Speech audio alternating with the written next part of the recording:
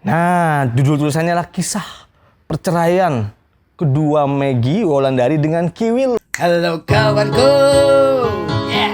Yuk kita bahas hidup ini, maknai dan kita revisi dari ruang-ruang psikologi sama siapa? bersama Kak Andre. Revisi bro.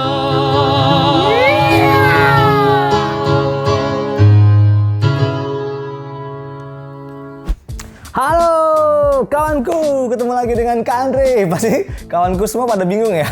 Wih keren, Kak Andre pakai jas dalam segmen kali ini. Nah, dalam segmen kali ini Kak Andre memang pakai jas. Jadi kalau Kak Andre pakai jas, gitu. Kalau Kak Andre pakai jas, pasti ada segmen-segmen yang lain. Nah, ya kan. Thank you dengan nonton yang video sebelumnya. Nah, sekarang di kali ini namanya Kak Andre ya. Nih, Kak Andre pakai jas berarti ada sesuatu hal yang lain. Nah, ini namanya kita masuk ke konten. Namanya psikoartistologi. Apa? Coba. Ini istilah Kak Andre yang buat aja sebenarnya. Artinya kita coba bahas-bahas dari fenomena-fenomena ya artis kita coba bahas dari ruang-ruang psikologi. Barangkali ada maknanya yang kita bahas dari kasus-kasus atau fenomena-fenomena artis yang saat ini sedang dibahas, sedang dipelajari. Nah, maka Kak Andre tugasnya adalah memaknai itu semua di ruang psikologi Kak Andre dalam segmen psikoartistologi. Oke, nah nih kali ini Kak Andre baca dulu ya. Nih. Di detik.com, detik.hot atau detik.com di sini. Nah, judul tulisannya adalah kisah perceraian kedua Maggie Wulandari dengan Kiwil. Nah, Om Kiwil saya turut prihatin, Kak Andre turut prihatin ya Om Kiwil. Tetapi Kak Andre bukan ingin membahas kasus Om Kiwil nih. Kak Andre cuman ingin memberikan pemaknaan dari kisah dari peristiwa-peristiwa yang dialami Om Kiwil dan Mbak Maggie Wulandari. Oke, di sini tertulis ya kan, Maggie Wulandari sudah resmi bercerai dengan komedian Om Kiwil. Rupanya hal itu merupakan kedua kalinya dialami oleh Mbak Maggie dan Om Kiwil. Dan seterusnya. Nah, lagi-lagi cerai. Aduh, saya kadang-kala bingung saya. Kawanku ya, perceraian ya itu adalah sebuah keniscayaan yang memang kadang-kala manusia sendiri ya, kawanku yang mengambil keputusan, tidak bisa disalahkan siapa-siapa. Tetapi ingat nih dampaknya kawanku, dampaknya. Kak Andre yang menerima bahkan 10 tahun ini Kak Andre banyak sekali menerima anak-anak dampak perceraian orang tuanya. Oh my god ya kan. Nah, dampak-dampak perceraian ini kawanku ya, ini ya memang dari kecil tidak kelihatan, tapi nanti ketika dia SMA, ketika dia kuliah ini mulai kelihatan dampak-dampak perceraian orang tua. Nah, yang saya bisa mengatakan yang pertama ya kan, dampak perceraian orang tua itulah pada anak kawanku, bener deh. Dan kamu misalkan hasil dari perceraian orang tuamu, pasti kamu juga mengalami pergumulan yang luar biasa. Yuk kita coba memaknai ya. Kedua, kita tidak bisa menyalahkan siapapun.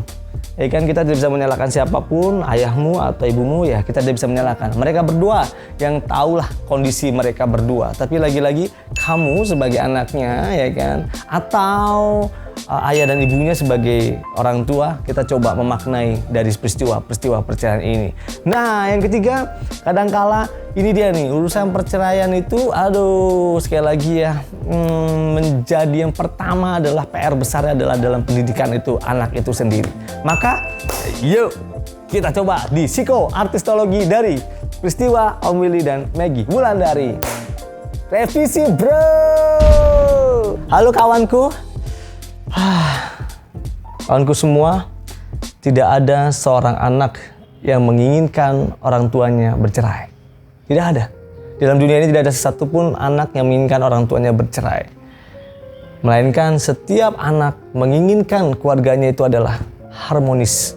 Keluarganya itu bahagia. Ayah mencintai ibunya, ibunya mencintai ayahnya.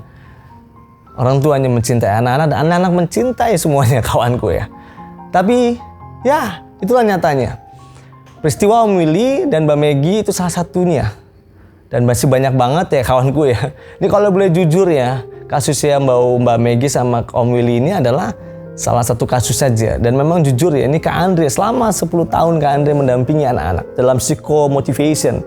Dalam psikomotivation anak-anak ya, hasil atau dampak orang tua bercerai cukup banyak sekali. Saya ingat banget ketika kalau dalam psikologi motivasi ini Kak Andre itu malam-malam ya.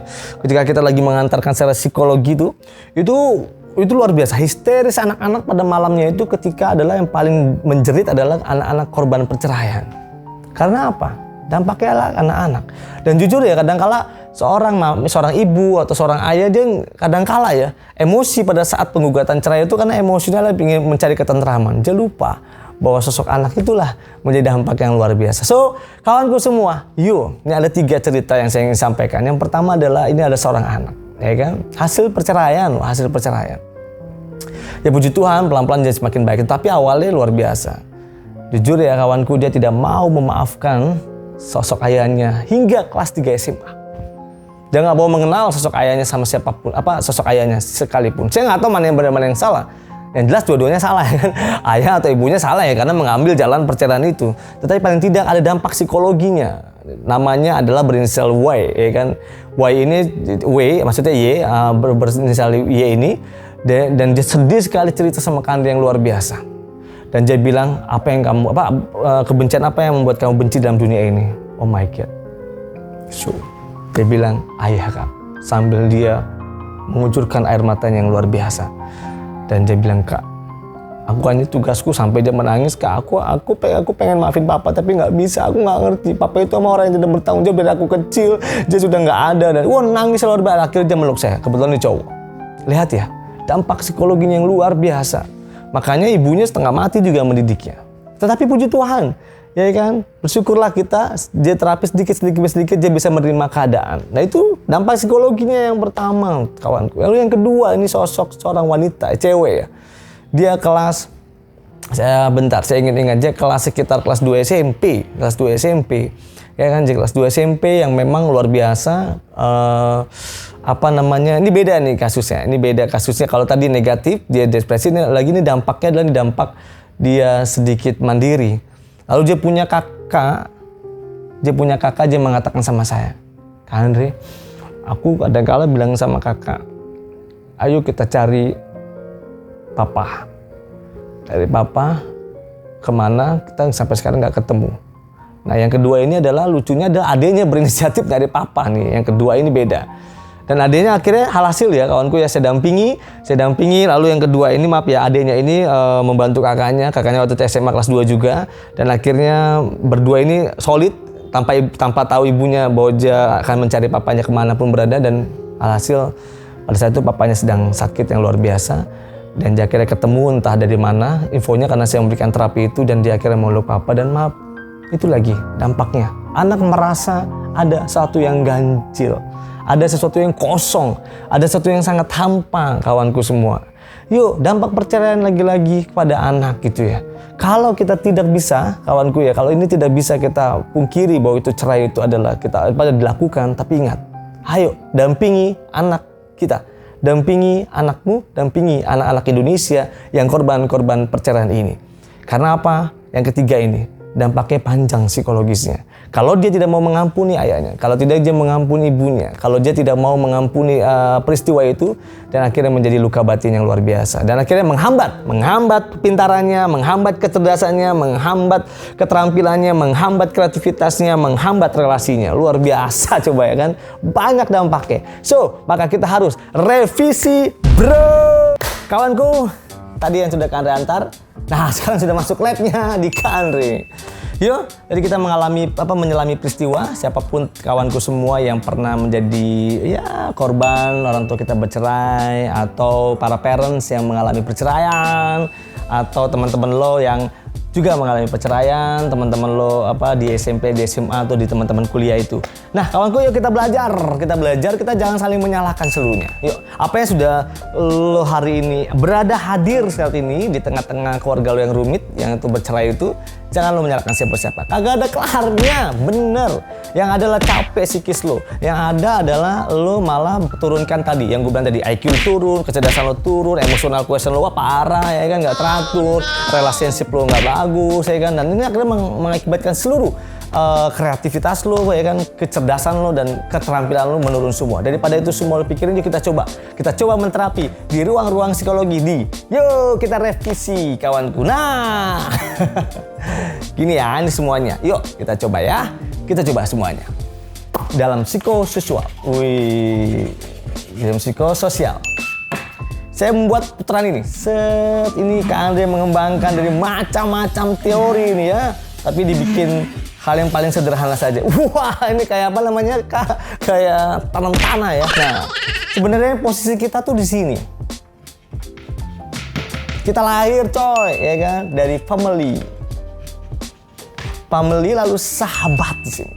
Saya kasih tahu aja lingkungan kita yang kedua. Lalu sekolah, wah.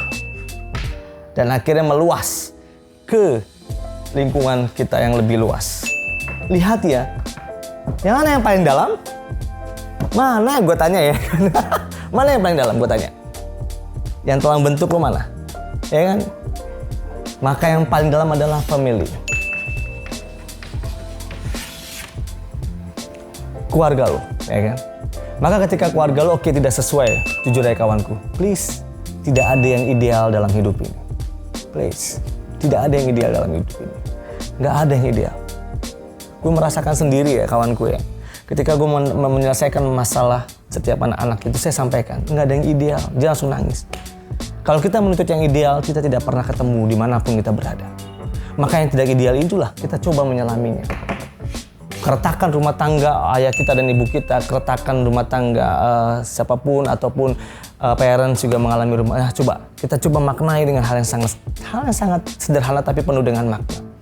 Kenapa Kak Ade bilang itu? Yuk, dalam psikososial nih, keluarga yang menjadi patennya.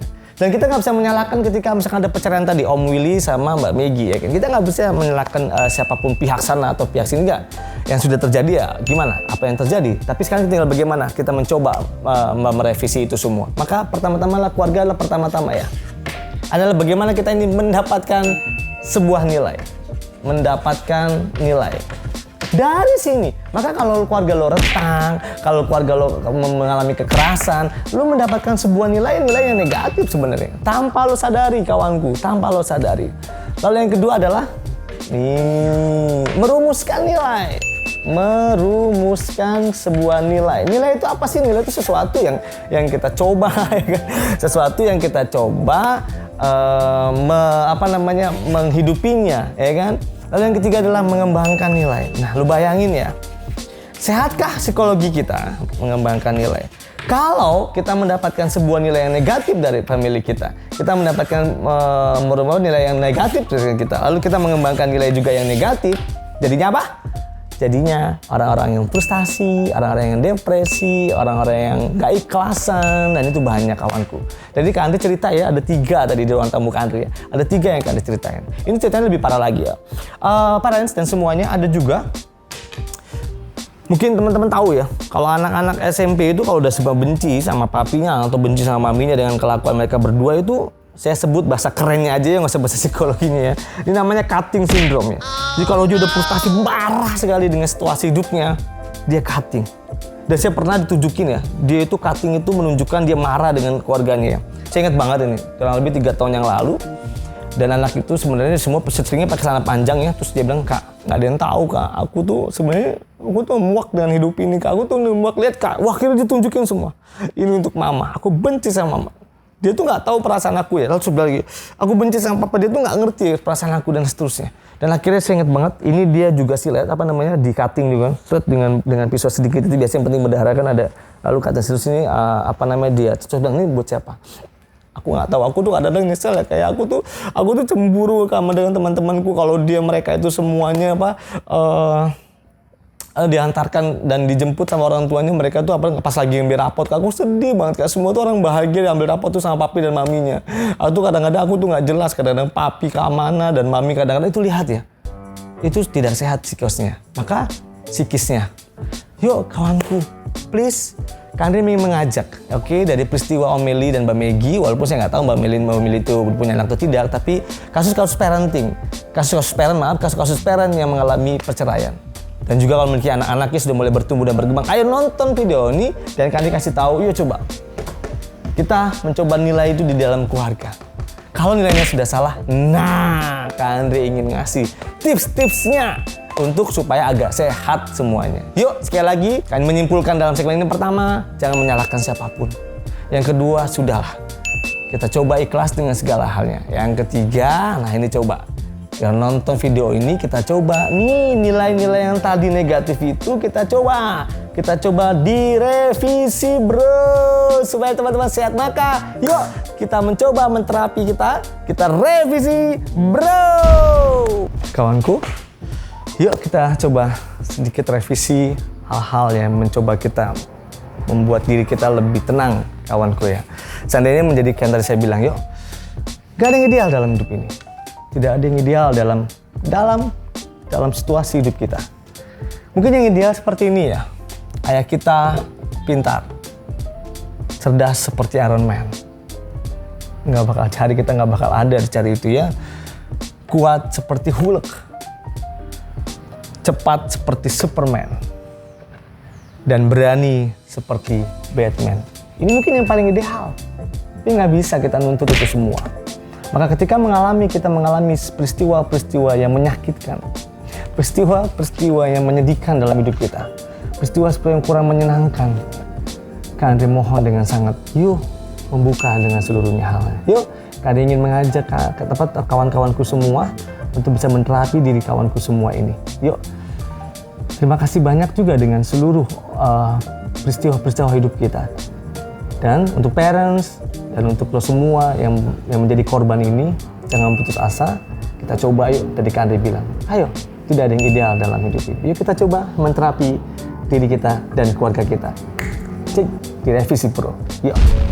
Halo kawanku, yuk kita revisi diri kita masing-masing. Sekali lagi, tidak ada yang sempurna, tidak ada yang ideal dalam hidup kita. Kita tidak boleh menyalahkan siapapun. Sekali lagi, kalau kita menyalahkan siapapun, tidak ada akhirnya. You parents dan juga anak-anak dan teman-teman kawan-kawanku semua yang menjadi korban ini, jangan pernah menyalahi seluruh situasi dan peristiwa lo. Tapi harus bangkit, ya kan? Seperti misalkan, ini ada cerita nih Kak Andre, ya kan? Ada sosok orang, ini jujur aja ya, ini di Jakarta Pusat beliau, ini orang ini. Dan itu orang ini luar biasa. Dan saya sampaikan sama sosok ayahnya, dan memang mereka ini berdua sebenarnya bercerai, tapi anaknya ini dididik oleh papinya. Dan sampai tua papinya tidak menikah lagi.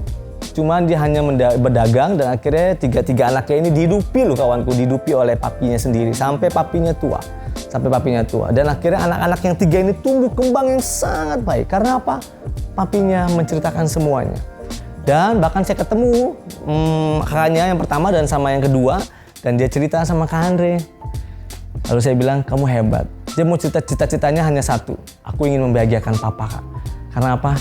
Papa selama ini dari aku kecil hingga aku saat ini sudah SMA dan bahkan kakakku kuliah yang luar biasa di universitas negeri ternama, papaku semua yang mensupport.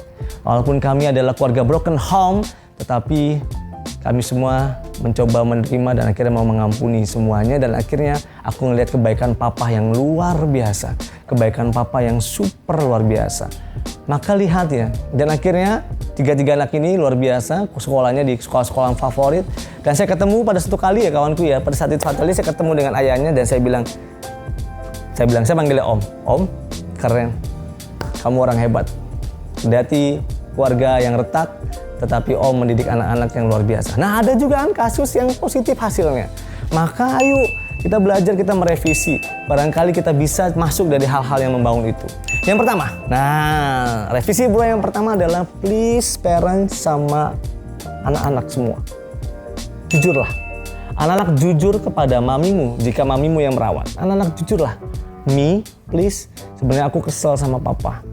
jujur, apapun perasaanmu, jujur apa adanya. Dan mami, ya kan, ibu, mama yang mendidikmu juga harus jujur, ya kan, kekurangan dan kelemahannya harus jujur semuanya. Karena apa? Dengan kejujuran ini, yuk kita coba menerima situasi dan peristiwa yang sangat tidak enak gitu, kawanku. Jangan diem aja, jangan menyalahkan kadang-kala ya kan, maaf ya kawanku ya. Kadang-kala, aduh, parents juga salah. Itu tuh lihat ya, itu bapakmu tuh. Makanya mami tuh kesel banget sama papimu tuh yang emosional, yang egois. Makanya papi itu udah nggak sanggup lagi hidup sama papi. Ya kan? Nah, kalau kata-kata itu dikeluarkan itu malah menyakitkan lagi, parents. Please, ya kan? Please, kade mohon dengan sangat. Hilangkan kata-kata yang menyudutkan siapapun pihak. Ya kan? Itu gara-gara nenekmu tuh ya. Itu gara-gara nenekmu selalu mengikuti campur rumah tangga kita. Jadinya papamu selalu membela nenekmu, makanya aduh kita tuh pisah tuh mami itu sudah waduh macem-macem. Ya kan, cerita itu sering banget yang kita dengar. Dan akhirnya anak-anak terekam semua yang tadi Kande bilang.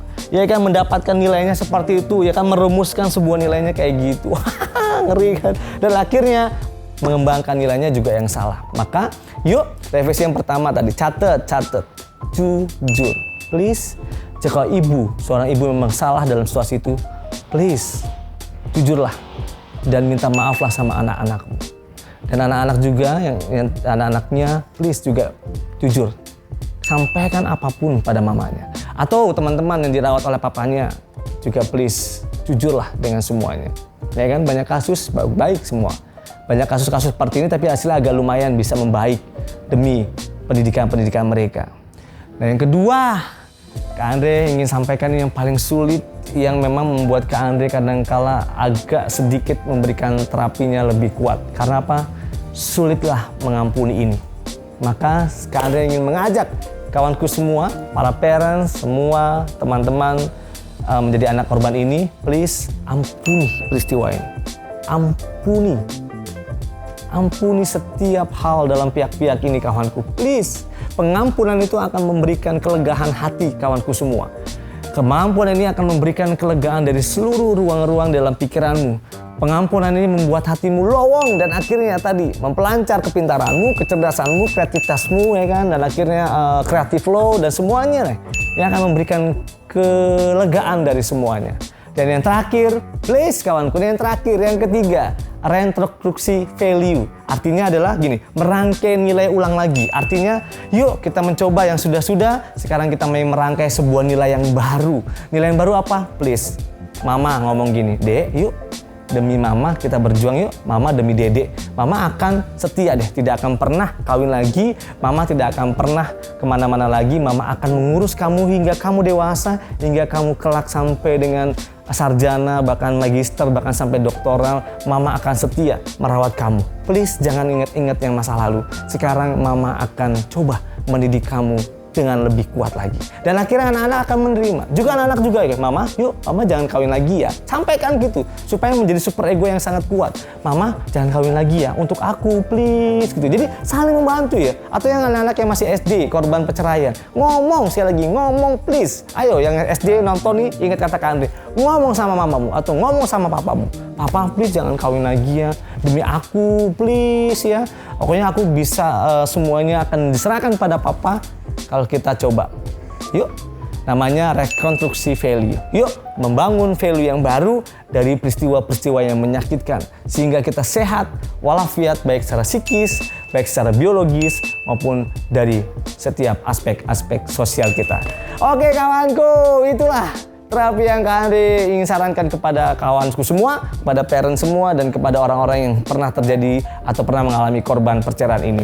Pasti banyak hal-hal yang lebih dalam lagi. Tentu kita akan masuk ke segmen yang lebih berikutnya, nanti lebih dalam lagi. Tapi ini adalah kita coba yang sederhana-sederhana dulu, supaya anak-anak bisa mengikuti, dewasa, remaja, dewasa, dan semua akhirnya parent juga bisa mengikuti. Oke kawanku, thank you banget. Thank you atas semuanya. Sekali lagi, yuk jangan lupa subscribe, jangan lupa like, jangan lupa komen. Oke, kita akan kembali lagi di tayangan berikutnya di Kak Andre TV. Revisi Bro.